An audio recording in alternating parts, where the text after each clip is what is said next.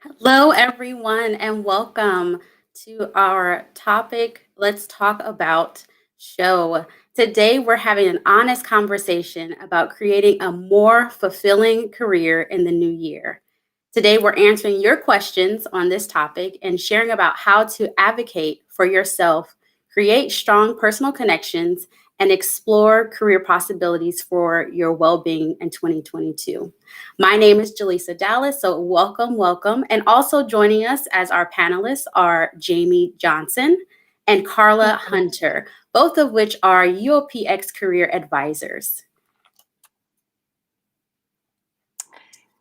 Jamie, go ahead and tell us about how creating strong connections will benefit us in fulfilling our career and well-being in 2022. Oh, well, thank you, Jaleesa. In these times that we've been through in the past couple years, and work's been redefined by working remotely or hybrid, social distancing's kind of become our catchphrase, for part of the new norm. Something that really is important to us that's many have described to me feeling disconnected is our relationships, and it can feel disconnected from coworkers, family, friends, because they haven't had the opportunity to be together in the same way that they were before the pandemic. And it is just as important to keep yourself socially engaged as it is working hard. And for those of us who work remotely, even if you're with your boss, it's so easy sometimes to get focused on, I'm working hard, I'm doing my job. But the truth is, relationships make or break everything. They make or break our opportunities for personal and professional. So as we start out this new year, let's talk about how we can build out strong, great relationship networking, that we are going to have a solid foundation in our relationships, which is part of who we are and what we do with our lives and are part of our continual network. So I have a couple points I want to share with you today about how we can build better and stronger relationships for 2022. I think the most important thing first is start with who is your circle. Who are your relationships? And that's something we can take for granted sometimes. I know I have to sit down and stop. There was an exercise one time I've done where they take like a bullseye and they have like the circles you, then the next circle's family and friends, the next one's neighbors and colleagues, etc. Some people put together spreadsheets, but whatever works for you, think about, who is in your circle, your connectedness, your family, your friends, your neighbors, your colleagues. What about professors, teachers, co-workers? Think about all the different ways you are connected to people. And when you identify these connections, don't just think of them as these are people in your lives. Think about them as relationships. And how do you want to build and keep those relationships? Which brings me to my second point. How do you take the time to build those relationships, and what are you doing? I know for me, I've had to take concerted effort during this time to reach out to people and connect with them in some way. How are you doing it? Are you doing like a virtual uh, coffee chat, or are you in a place where you get to meet people? Are you sending people articles or connecting or sending text, and just keeping yourself in line, because we know from personal, and I will say my own professional experience, the truth is people like to hire people they know. And so even if we're just thinking about this from our own personal perspective, how many times have you had connections with people and that's brought in some kind of opportunity, whether it's volunteer, getting involved in an activity, or even a job opportunity? So don't just think about it as that kind of opportunity. Think about it long term, relationship building, not just networking. And of course, third is, how are you going to invest in these relationships?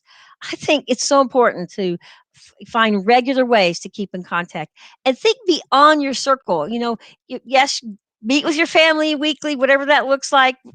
Make relationships there. You're getting together in some way that's building and helping people to get to know each other. But what about outside your circle? Volunteering, getting involved with a local charity. I had one student start going to work at the food bank regularly, and it just made all the difference to her. And it got her thinking about new career opportunities that she started thinking about for the future. What about reach out and say thank you to somebody for what they've done for you? By helping others, by thanking them, by showing appreciation, by showing some kind of personal support. This is a way that we can build a lifetime of relationships. And by the way, speaking of relationships when it comes to work, What about our supervisors, our managers?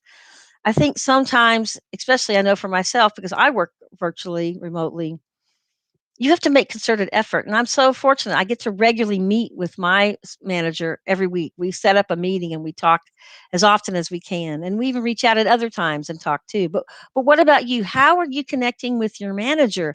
Don't just wait for them. I know some people say, I just get together once a year for a personal review and a work, get to see how I'm doing for my work. But the truth is, what does your manager want? What kind of goals, dreams? What are they wanting for you? What is their requirements for the job? Where do you want to go? Discuss with them your career goals and dreams. By taking the time to build a relationship with your manager, you're also helping secure yourself for the future, not only short term, but long term, because we know that Mhm. in any kind of opportunity, there's a foundation of some kind of relationship. So as we start this new year out, let's start with strong personal connections, both personally and professionally. And when we realize it's a foundation for what we want to do in our lives, we're not just thinking about ourselves, we're thinking about making a difference, we're helping others, um, and we're bringing in a renewed career life focus and obviously helping build some new relationship networking opportunities. Thank you so Yeah. much. Thank you so much, Jamie. I really do appreciate that overview of making connections and building relationship and how imperative it is just to ensure that we can make progress. Because it's so awesome to get perspective outside of our own, and it keeps us from limiting ourselves from actually reaching the goals that we desire to achieve.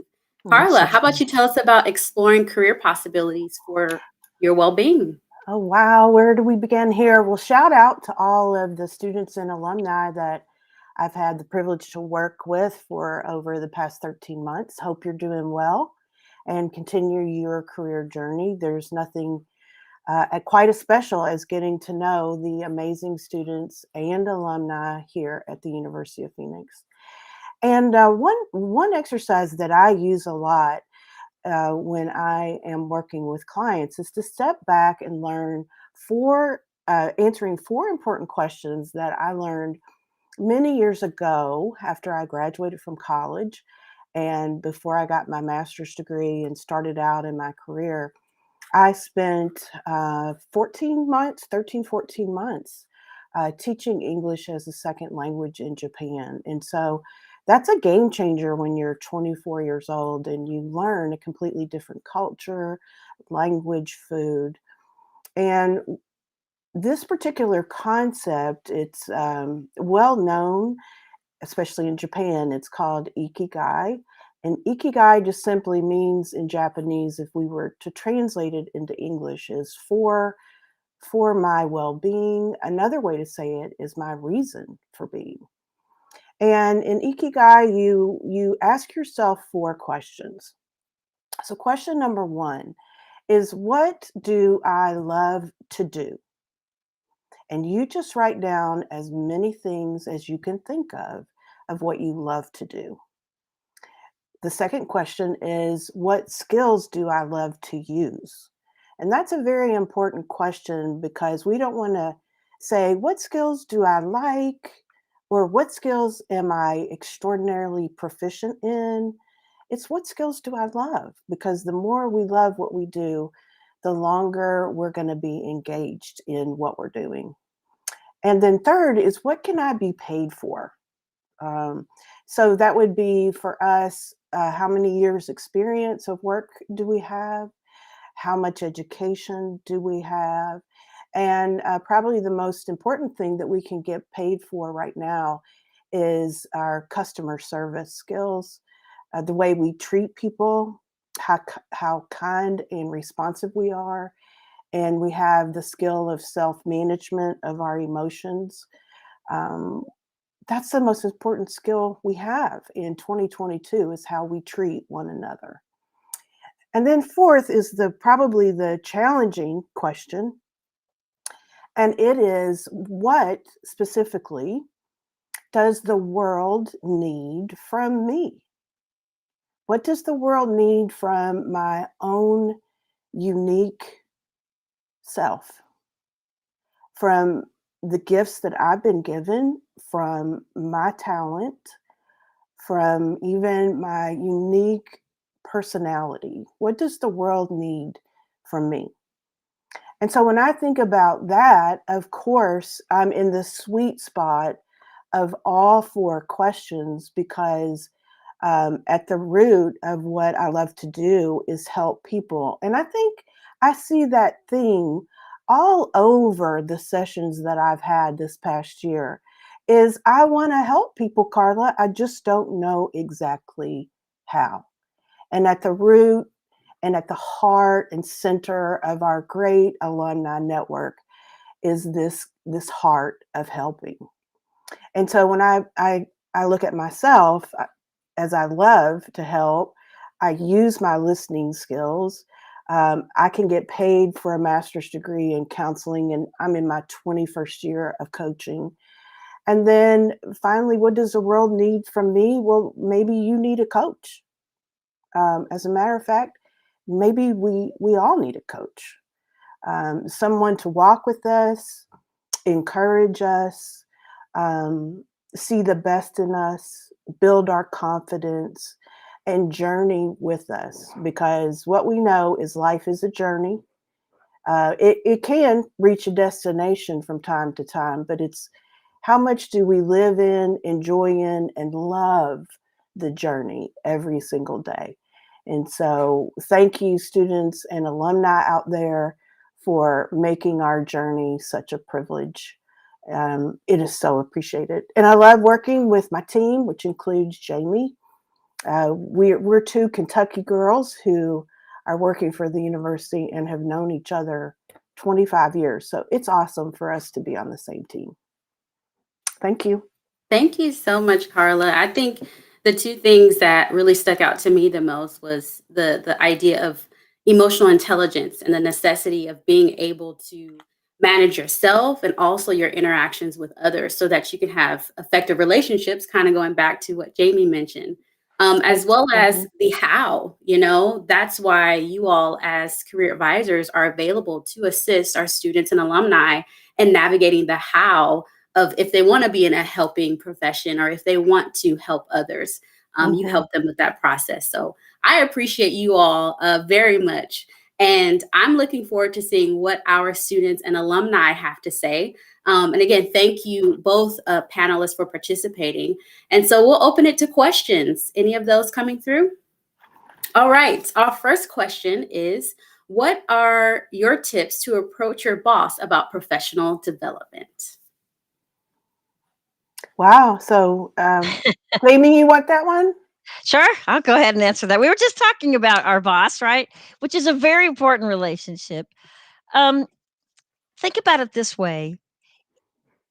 You know how it is when somebody knows you and something comes along and they think of you and they go, "Hey, remember you really love this and I just noticed that this was available. I bet you'd love to go take that class or, go attend that event, whatever it is."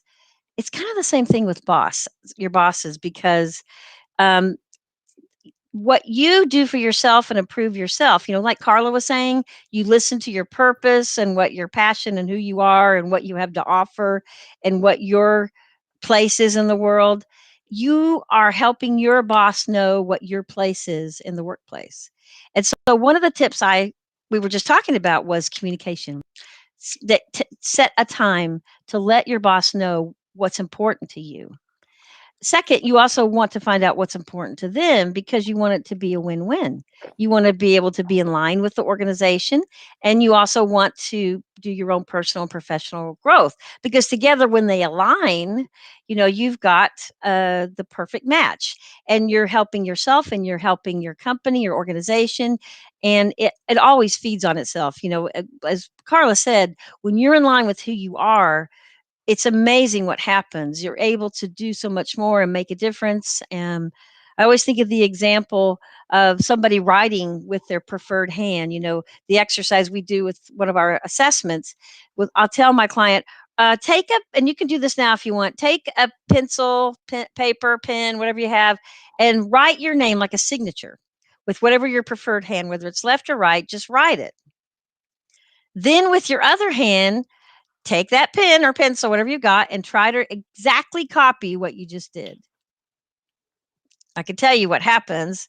A lot of times people say, I can't do that. That's not possible. This looks awful. And I said, well, what was it like with the first hand? Oh, it was easy. I didn't have to think about it. So when you're in line with who you are, you share this with your boss. Think about what happens. Think of the momentum. A body in motion stays in motion, as Newtonian law says. You're in motion with the company, you're in motion with your boss, and you're in motion with who you are. So, first tip: talk to your boss, communicate, let them know who you are.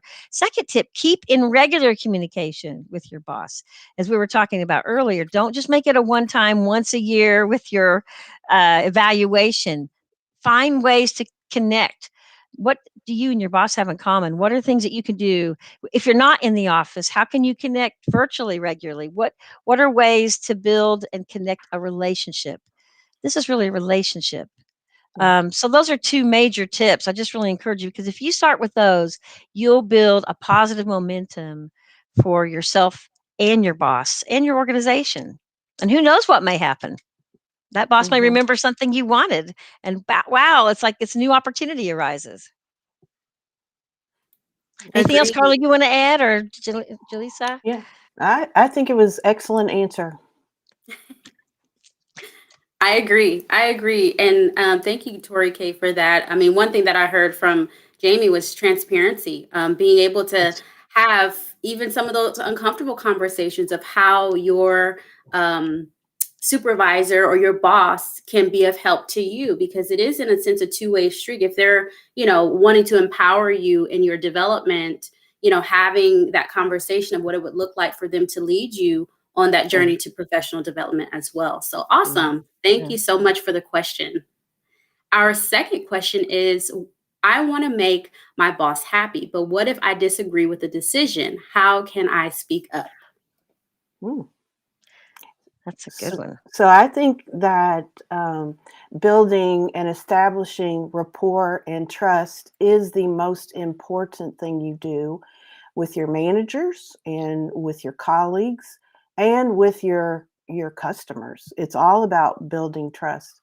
And so most of the time when we might disagree, which would be completely normal because we all have different ways of thinking, it would be, I would suggest pausing for a moment and really getting at the root of why you disagree, and then step back and potentially ask open-ended questions, because open-ended questions have a very hard time making people feel defensive.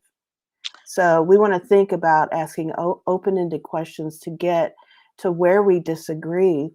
And then the opportunity comes for us to collaborate and share our point of view, which may be very different because of our own ways of thinking. And so in that collaboration, we maybe actually come to conclude a better solution or idea that begins a new round of discussion. Yeah, so true. Jamie, anything you want to add to that? I was just going to say, Carla said that perfectly. And I think sometimes it's so easy to forget. I think about your own personal circumstances with your best friends when you disagree. And if you communicate and you understand each other and you're there, seek first to understand and understand that person, they realize you're on their side too. It's just you're Mhm. trying to understand about this decision. And so, how can you also share what's going on with you? But you seek first to understand them. And then again, there's just what Carla said.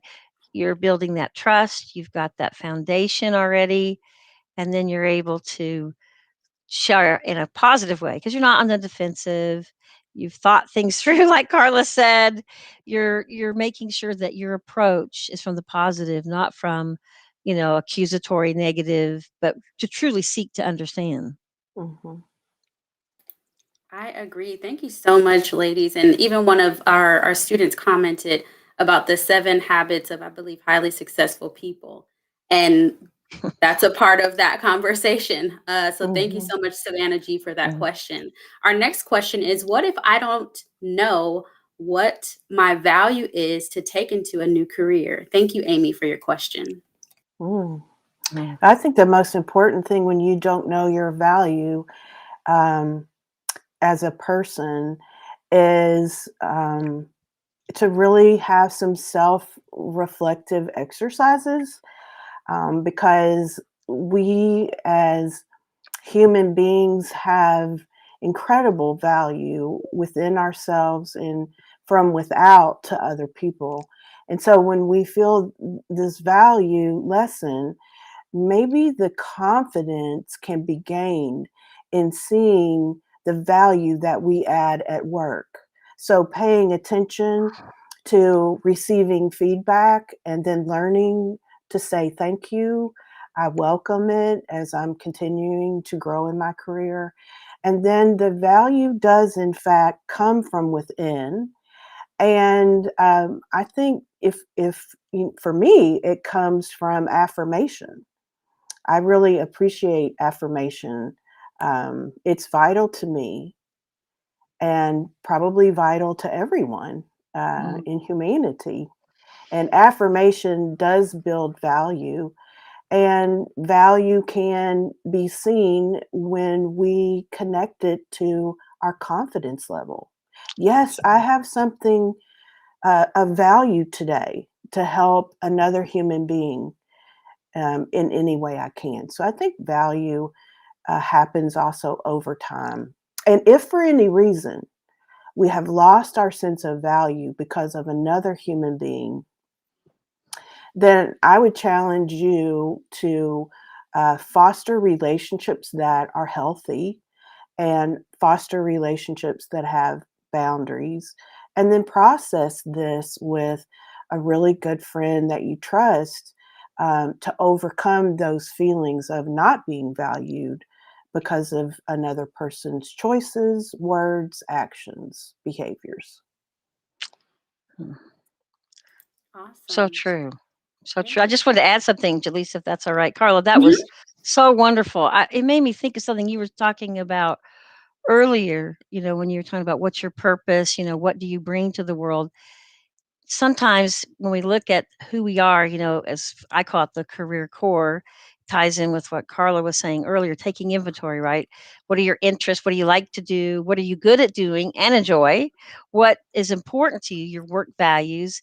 And where is it that you can be yourself and you can be you? And if you have a sense about that, you're able to understand what value you can bring into that career. And plus, as you build your relationship with your manager, you're wanting to learn new skills and opportunities. You've got all these great courses and programs at the University of Phoenix that you can take advantage of to build up your skills, to be Mhm. in the top of your game, and to be the best at because we don't know what next skill may be required. And we're always trying here at the University of Phoenix to keep our students at the best and to really learn and grow. And we as career advisors are always here to help you, to encourage you, to support you in whatever that may mean for you. And we can help with career assessments. We can help with, kind of taking that search journey, that path to look at yourself so you can hone in and go, yes, this is what I have to offer. Like um, Mhm. Carla shared so wonderfully earlier, with Ikigai. So there's a lot of different ways. And if you don't, we're here to reach out and help however we can. Mhm. Awesome. And Thank you so much. Go ahead, Carla. well, I was just going to add another factor about ikigai is that the beauty of the Japanese culture is they ask the questions each and every morning. So, for example, what does the world need from me? I have a neighbor who's gardening and she's harvesting her tomatoes. So, I'm going to help her today. So, what does my neighbor need from me? Can also give us meaning and purpose, and it isn't always work, especially. It's everything. Yes. I personally like alliterations. And so what helps me to remember things in kind of summation of what you all have mentioned is passion. Like, what are you passionate about? Um, It's your personality. How does your personality create who you are in a sense and what you are able to contribute as far as your value? And then Mm, precision, thinking of precision in a way like, what are my talents and my gifts and my strengths? What am I mm. like really good at as far as my preciseness in things? So thank you both for sharing. That was really great and kind of I like to think of it in that way, that passion, personality, and precision. And then we Mhm. have another question. What if your Ah. manager does not afford you the opportunity regarding professional development? Thank you so much for your question. And that's a challenging one. Mhm. I Well, just had a oh, go ahead, Carla. you I'll go. share afterwards. Okay, I just think it's really important that if there's some reason um, to me, professional development is an employer's way of saying I'm investing in you. So maybe Mhm, you rethink it. Go to your manager. If you pay for this, this will be the return on investment for this money because I will be trained in this and learn how to do that. And having clarity of purpose within why you want it. And then mhm, if it's still declined, I would consider number one, find another employer.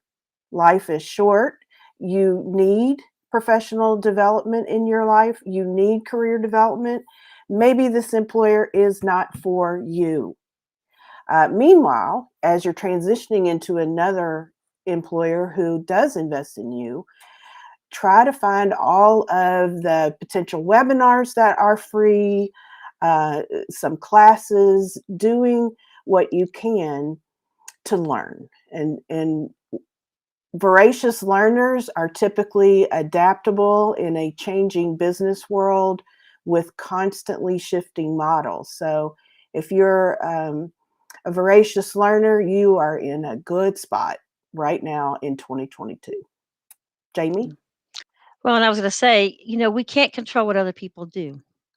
We can control what we choose to do, and how can we take this, upon ourselves to take care of ourselves?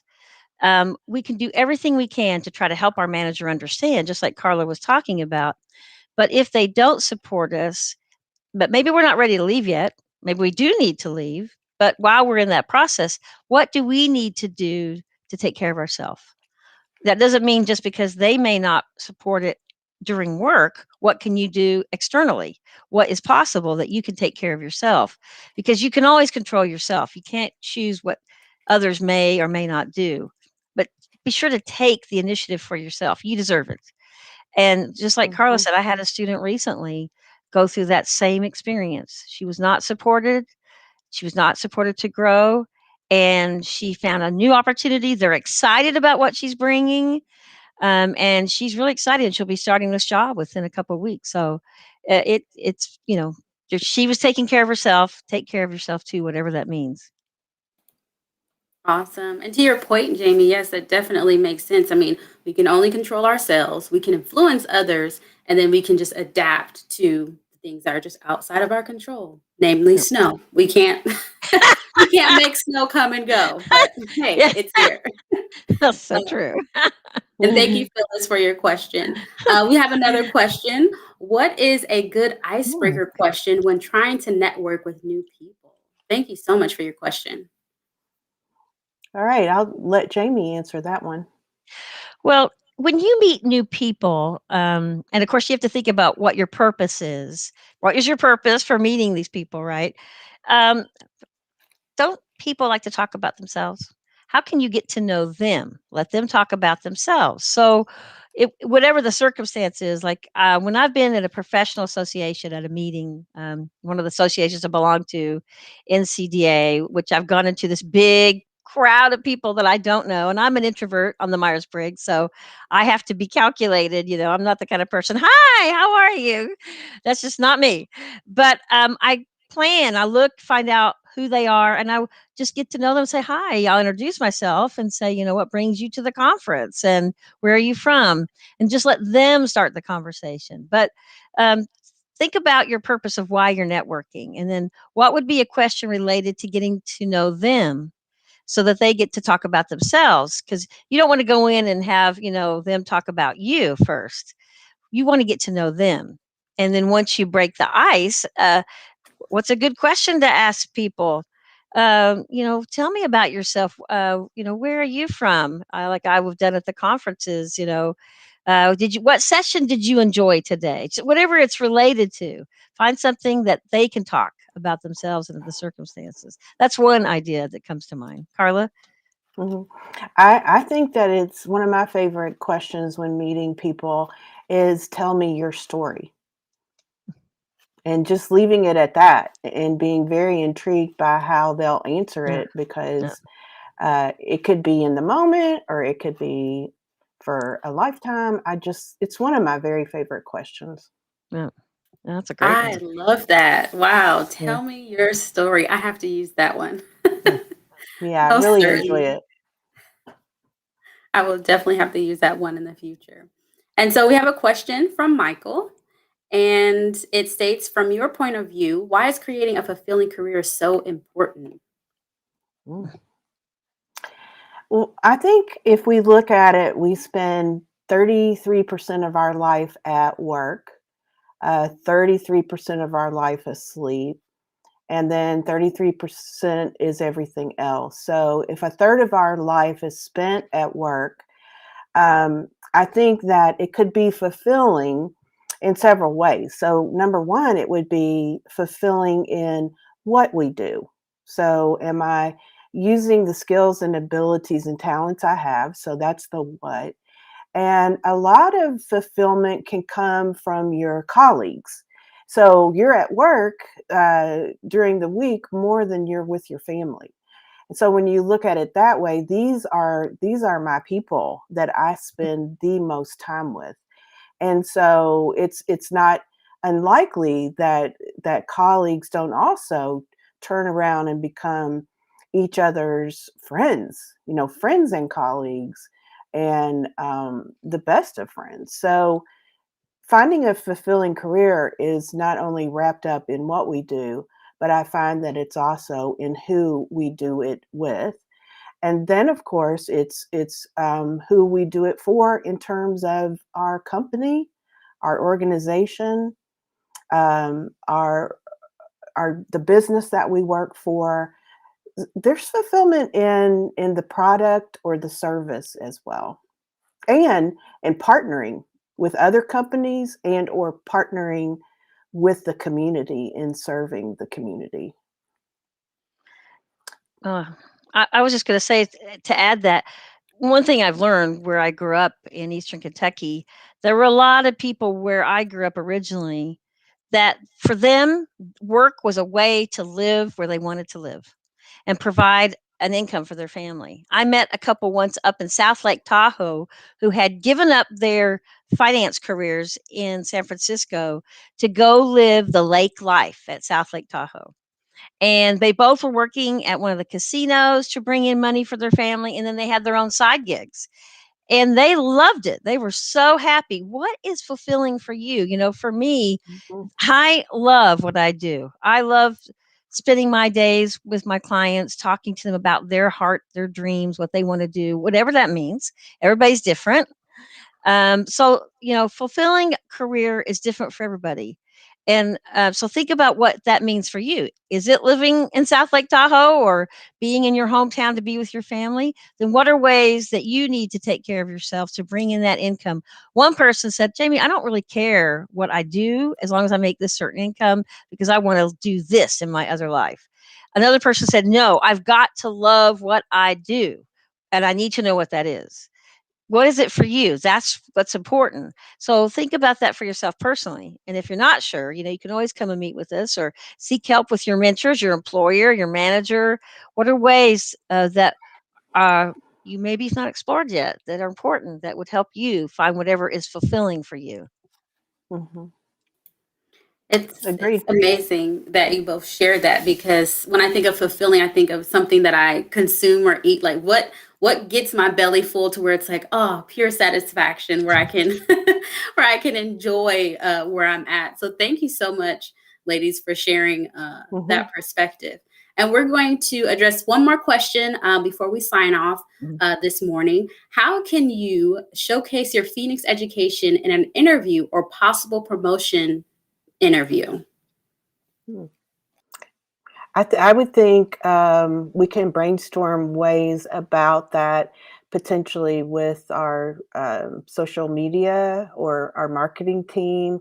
And I'm sure in the future we'll begin to really look at opportunities to do this because of our Career Services for Life and constantly looking for best practices in marketing.